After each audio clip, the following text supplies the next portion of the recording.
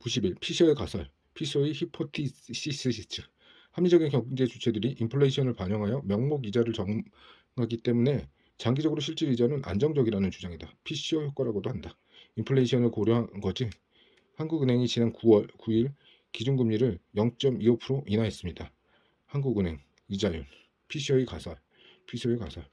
이자율이란 일정 기간 동안 남에게서 빌린 1원당 빌린 대가로 지불하는 반대급부이다.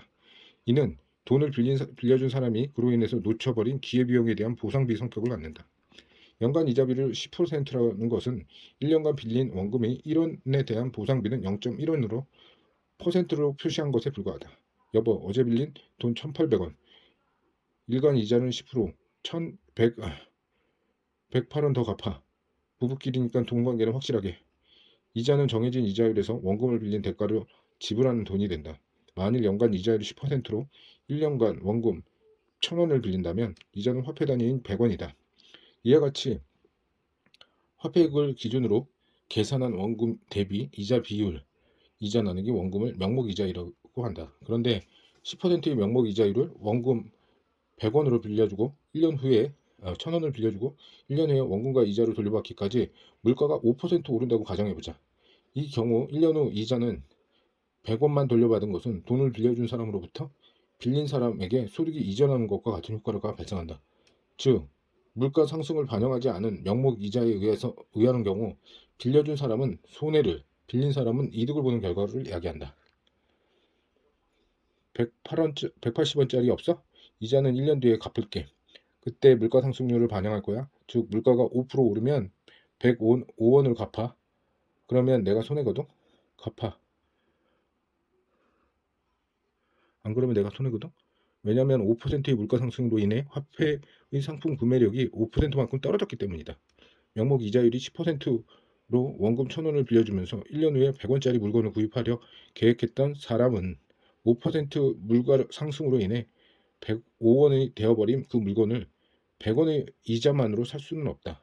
5% 물가 상승으로 인해 1년 전 기대했던 이자의 상품 구매력이 100원에서 95원으로 하락된 셈이다.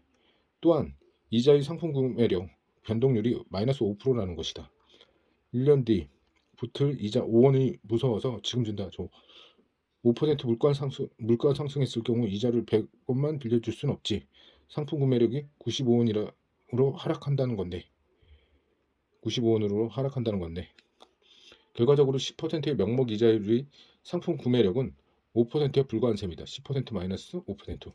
이와 같이 상품 구매력, 실질 가치 기준으로 해서 환산한 이자율을 실질 이자율이라고 한다. 이자율 이론은 유명한 미국 경제학자 어빙 피셔는 피셔의 등식으로 흔히 말하는 항등식으로 장기적으로 명목 이자율, 기대 인플레이션율 및 실질 인플레이션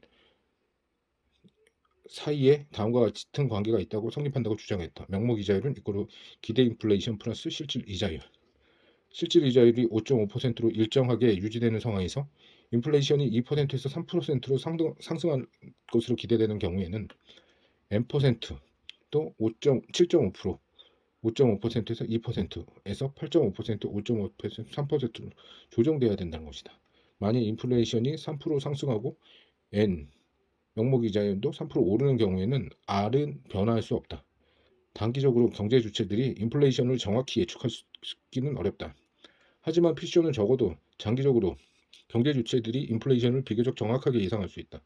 예상한 기대 인플레이션을 명목 이자율로 고스란히 반영한다고 보았다. 그러나 인플레이션과 명목 이자율의 변화 방향 및 정도가 같아지므로 장기적으로 실질 이자율이 안정적으로 유지된다는 것이다.